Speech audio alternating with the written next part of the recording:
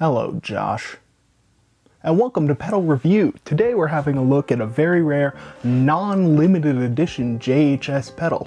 These are harder and harder to come by, but there are still a few non-limiteds out there for us to get our hands on. This one is the first, and for a long time the only, reverb on the line for JHS. The titular Josh H. Scott bought this design from a guy on a pedal forum, this dude. Well, my grandma, she makes, homemade deer stew. And turned it into the Alpine with some minor changes to the tone circuit and upgrading to the V3 Belton Brick reverb chip design. And I, for one, think it's pretty cool that Josh paid for this circuit. Sometime later on, he rebranded it to the Spring Tank.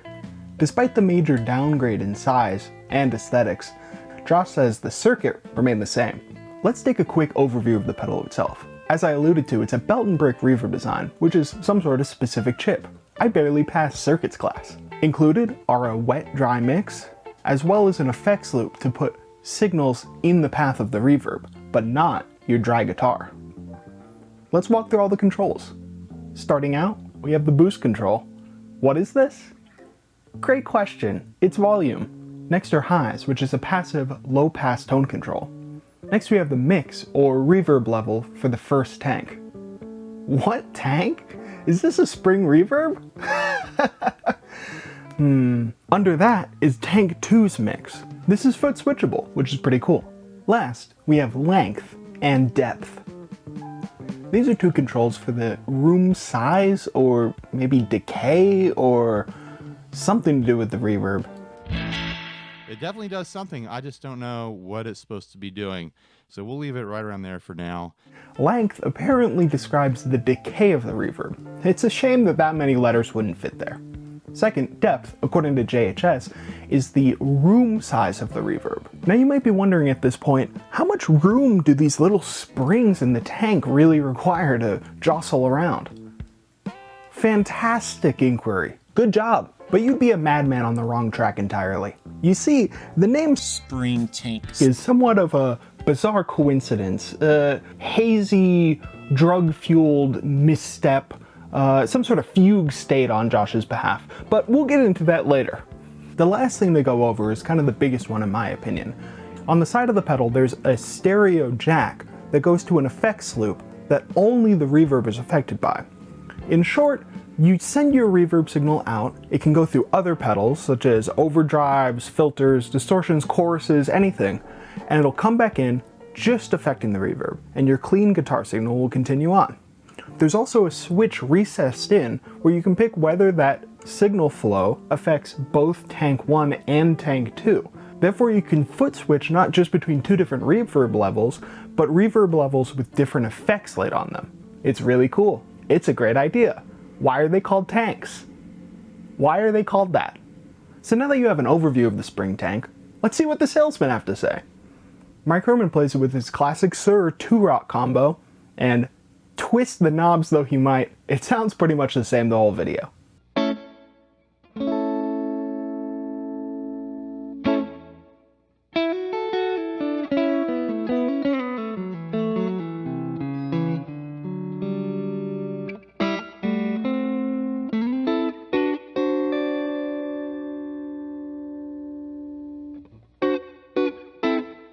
60 Cycle Hum also did an overview, and he puts a bunch of different effects through the effects loop, which is great.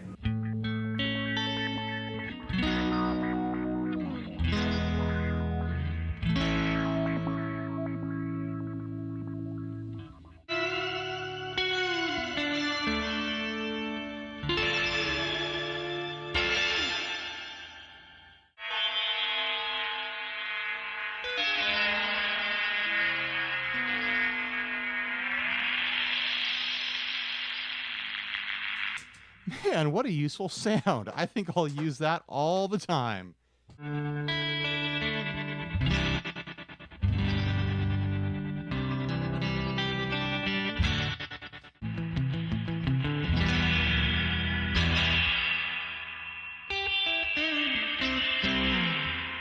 Well, if you want to stack reverbs, that's one way to do it.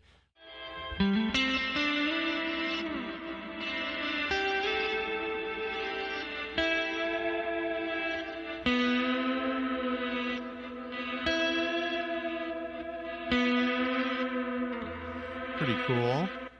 He also got a huge combo on 2 JHS pedals when he used the massive pop from turning on a crayon to send the spring tank into oscillation. Top work. Let's throw another JHS pedal into the mix. We got the crayon here. See what we can do with it. RJR came in making everything sound the same as it usually does, plus he didn't read the manual.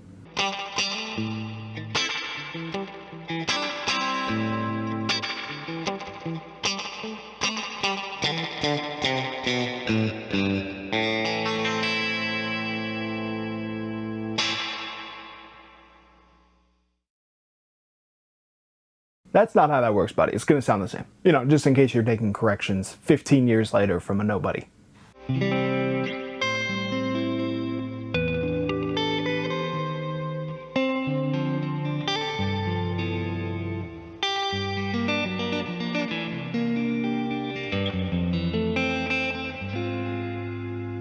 Living Room also did a review that did a good job of showing off the weird ringing that's kind of signature to this reverb.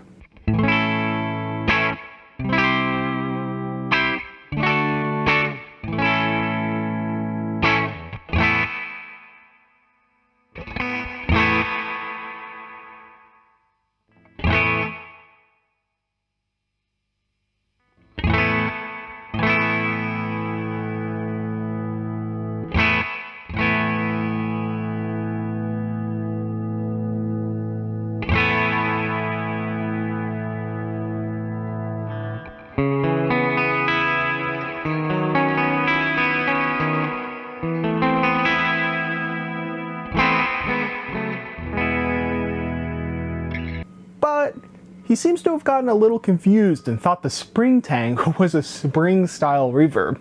Silly.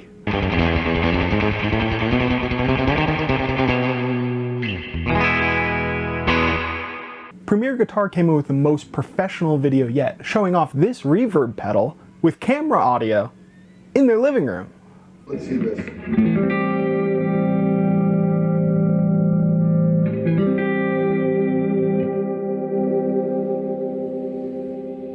Man, okay, dig this.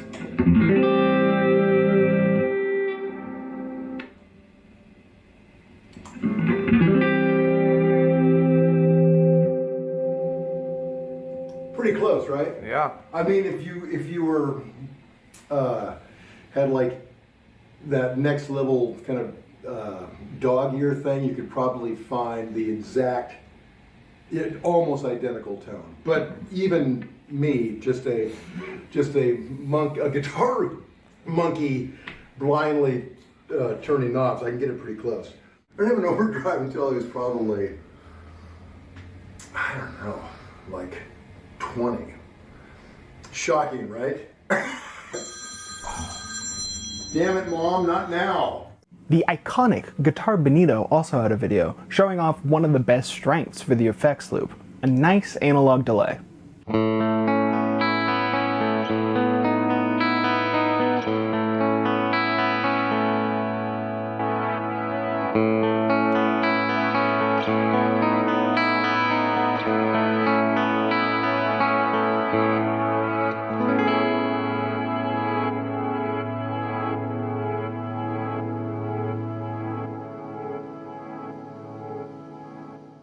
Last up, that pedal show didn't seem to really vibe with the pedal, but they played it cool. Except for the part where the EQ of the pedal was so disfavorable to them, they started talking about how people have a phobia of high frequencies.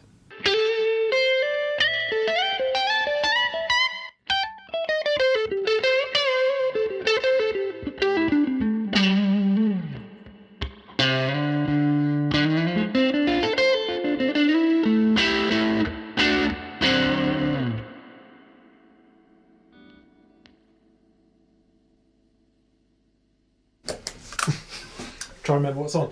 So there's some high-end filtering going on there. Definitely rolling off some high-end. Yes. Whereas the Super Reverb's own reverb was... Brighter. Yep. Spankier. There's a lot of people out there who fear treble Yes. and fear high-end. Yeah. But that's just hearing the pedal for yourself. So let's look at what some presumably qualified randos on the internet have to say. From the demo, I think it sounds good, but it sounds to me like all tail. Don't hear what should be there for the attack of the notes. While there's very little palm muting in the video, the one place I saw a little at 515, no drip. With plenty of other quality spring reverbs that sit in the ranges of amp verb, I think it's got stiff competition. The two-tank concept is fairly unique. Sounds nice, but no drip. Isn't really offering anything new from what's there, other than the nifty foot switch so that you can go from subtle to surf in one click. I like the second video though it's linked. It sounded good, but nothing about it really sounds springy to me. There's no drip at all. Almost sounds more like a slapback mixed with a reverb. It's neat, but in my opinion, not a spring reverb. Not saying this to be a JHS hater or anything, but there's already a spring reverb tank with the tank graphic out there by Hereta Engineering called the Tremble tank? Didn't this steal the idea of the reverb tank? Isn't that already an idea? Never anything original. Have to admit it, putting a tank on the pedal is a pretty obvious ripoff of Henretta. You would think builders, before doing things like finalizing designs, would make sure no one else was doing it. I think we have to be objective and go with the idea that the tank base name and graphic for a spring reverb pedal is neither unexpected or hugely original. Any blatant copyright infringement chat is probably a bit strong. Why is it that this is always how conversations go around JHS? It must be that everyone's being unfair to them. I wonder why JHS didn't go with septic tank. A leaky septic tank would have drip. If someone handed it to me, it wouldn't bump my Topanga. Wouldn't even be close. It's just not hard to bend down and twist a knob or two for different sounds. Although it's usually left on surf. It probably wouldn't be my first choice as a surf pedal, although it's better than average at this task. I would, however, be the first choice for a heavy in-your-face reverb, such as in country music. If you want a beefier sound, the JHS might be perfect. Likewise, if you're going for a sound more like an onboard reverb, it's probably the better choice. It's Cullen from the future, and I just wanted to make it clear. I know it's ridiculous to imply, that JHS told the whole spring tank thing from Henretta. I mean, it's such a clear connection to make, you really can't. Now that is inexcusable. To Reddit now, where JHS simps and haters abound. Just got this in an hour or so ago and I'm really liking it. This is what we call a clear-headed review. It has a very nice tank reverb sound. It is just what I was looking for. I needed a workhorse verb that could run most or all the time. I like having the second tank to kick in when I want more reverb. I run tank 1 at a nice moderate level and use the second tank when I want more. I've not tried it mixing with other pedals into the tails of the reverb yet, but I absolutely will. And yes, I got 2, count 'em, 2 bags of candy from Sweetwater. Brother is big a pimping. 2 spring tanks in one compact pedal is unique. However, there's no drip. And JHS isn't well regarded in these parts. See the sidebar if you're unfamiliar. You don't need it. Come on, buddy. You don't need to look at that. I don't need to look at that. I thought the whole JHS IHOP controversy got cleared up a while ago. Is there still hate going about it? All he really said was the company money didn't go to IHOP. He didn't deny any personal involvement. Also, they routinely steal circuits from small builders, claim them as original designs, and sell them at twice the price.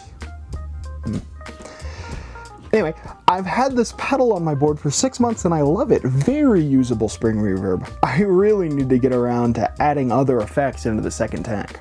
Really nice background reverb just to slightly touch up the back end of your playing, and the second tank is super useful for taking the aftertaste into a full flavored verb.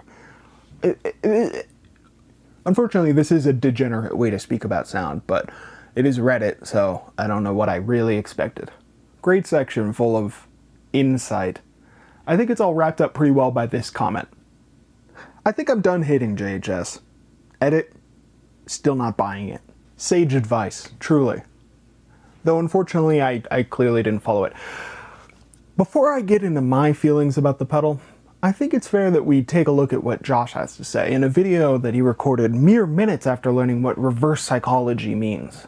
The next JHS pedal that you definitely should never buy is the Spring Tank. Now, Spring Tank is a play on Spring Reverb Tank, the tank that's inside your amp. And, you know, there's a tank here. I don't know. Maybe tanks offend you. Maybe people have been offended by this. And if a tank has offended you, I'm sorry. I could change the icon. I still don't think you'd buy it. Either way, I'm going to play it. And here's a feature I love of this pedal. It does spring-ish style reverbs, but honestly, it doesn't do them that well. And I say that as a positive thing. It's a quirky lo-fi reverb. It has more of a slapback sound than a reverb. So it's different, really unique, and I'm surprised people haven't caught on to it. All in all, I think that kind of nails it. It just doesn't really sound good as a spring type reverb. It's got this strange slapback style delay that a lot of belt and brick designs have. And by the time you're hearing the reverb at all, it's sort of this kind of oscillating, droning back sound effect. Plus, I don't think it has the EQ of a nice spring reverb either. Usually they're full-bodied, even sometimes bass-heavy, whereas this is very mids focused, not a lot of highs, very little lows, and kind of just a nasal high mid-range. But you might be saying that's not a fair way to look at this pedal. Despite it having the word tank printed on it 4 separate times, it's not really a spring reverb. But then it doesn't really sound good as a lo-fi reverb either. There's options out there for that, and I think we kind of know Josh is just making an excuse. I have to say, the layout is good. I like how everything's arranged, I really like the effects loop ideas, and frankly, having foot switchable where one goes through the effects loop and the other doesn't is brilliant. It's a great idea. However, this thing goes into oscillation really easily when you start using the effects loop. Essentially, the depth knob, which is kind of a regeneration or feedback control, becomes totally useless. It'll send it into oscillation almost immediately, as will any significant amount of gain on any pedals. We're talking just volume on modulation. It'll send it into this high-pitched, ringing, nasal oscillation. So naturally, the issue I run into is I like some of the features, but it's just not working here. So what's the alternative? Well, copper sound Daedalus. Sure, it's just as ugly as the Spring Tank, possibly more so depending on your taste, but it's got foot switchable between 2 different levels. Unfortunately, both are affected by the effects loop, but it also has a preamp so you can tune in and out that really high-pitched and slap-backy effect that the belt and brick has, and you get a blend control, which is frankly a no-brainer for the effects loop. Is it perfect? No. But it does a good job with a plate-ish, hall-ish kind of reverb sound, which is really what the Spring Tank could have gone for if it wasn't sucked into this strange branding idea that Josh had. And on that note, it's named the Daedalus. It's not named Spring Tank. It's not named Plate Verb with a huge picture of a plate on the front. It's not called Tile Room. It's not called Carpet Hall. It's not called IHOP Cathedral. It's just the Daedalus. And it's a nice, ambient-y, plate-ish kind of thing. But if you just need your JHS fix for everything, luckily I'm in the know. And I hear that they're actually going to be releasing a limited edition Sprung Tonk version. It's going to look somewhat similar at first glance, but you'll notice some Sharpie marking, very limited. This is NOS German, Chinese, Korean Cold War Sharpie. But you better jump on it quick, because there's only 200 available, and they're selling by the dozen to singular shipping addresses. Go! Go now! I know I ham it up a lot, but I'm actually learning what drip is. This is ridiculous.